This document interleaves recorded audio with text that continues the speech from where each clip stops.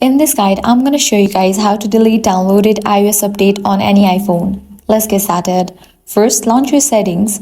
Now head over to the option General. Then click on the option iPhone Storage. Here you're going to find the downloaded iOS update. All you have to do is click on that. You're going to get the option of Delete Update. You'll need to click on it. And just with that, you have deleted the downloaded iOS update. If this solution didn't work for you, what you have to do is first restart your device and again reinstall it. For that, press and release the volume up button, press and release the volume down button, press and hold the side button until Apple logo appears. Once you do that, you can head back, navigate to the option software update.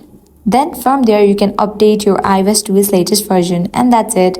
This is how you can easily delete downloaded iOS update on any iPhone. If this guide helped you out, do not forget to like, share and subscribe.